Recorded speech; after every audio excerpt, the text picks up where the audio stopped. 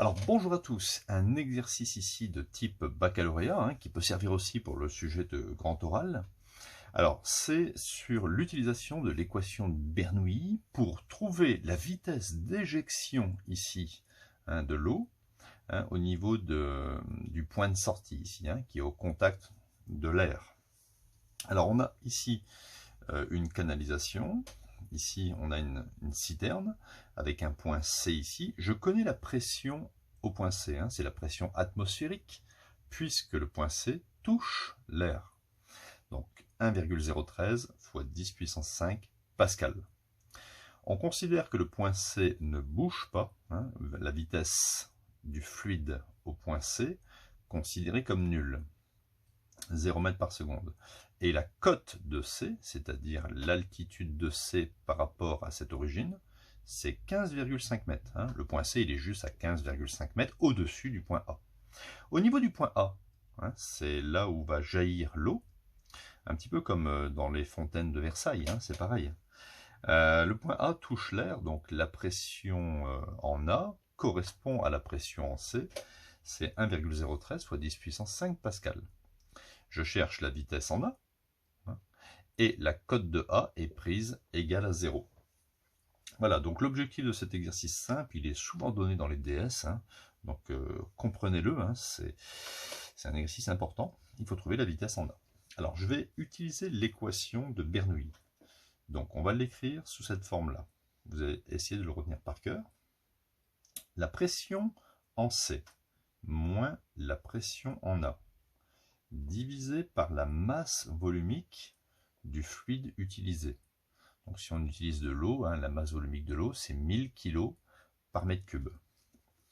Plus petit g, l'accélération de la pesanteur, facteur de ZC moins ZA. Vous voyez ici, je fais CA, CA.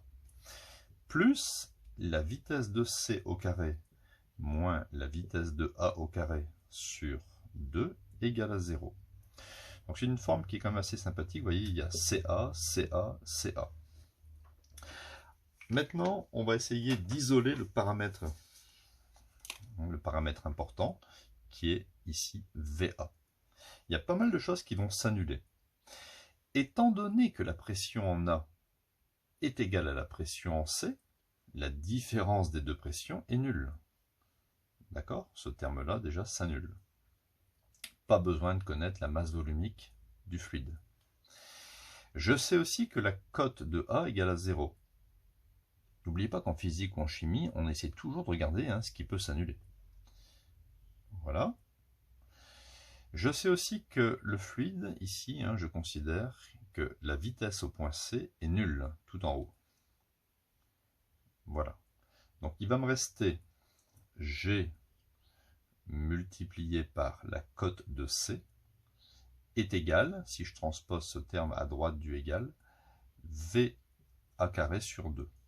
Je remonte le 2, j'obtiens VA carré est égal à 2GZC, vous voyez, c'est assez rapide, et donc que la vitesse d'éjection de l'eau est égale à la racine carrée de 2GZC.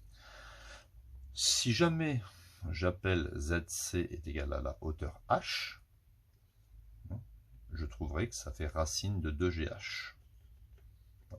Plus la hauteur est grande, entre le point de départ et le point d'arrivée, plus la vitesse d'éjection de l'eau sera importante. On peut faire un petit calcul, donc ça fait racine de 2 fois. Alors, l'accélération de la pesanteur au voisinage de la Terre, sensiblement égale à 9,81. Mais bon, ça varie en fonction des positions du point de la Terre, mais on considère que c'est 9,81. Et la hauteur H, c'est-à-dire la cote de ZC, c'est 15,5 mètres. On obtient donc au final, je vais le mettre ici, une vitesse en A après calcul de 17,4 mètres seconde moins 1. Donc voilà comment on génère une fontaine par une simple dénivellation de hauteur ici entre un point de départ et un point d'arrivée. Pour un fluide, qui est incompressible.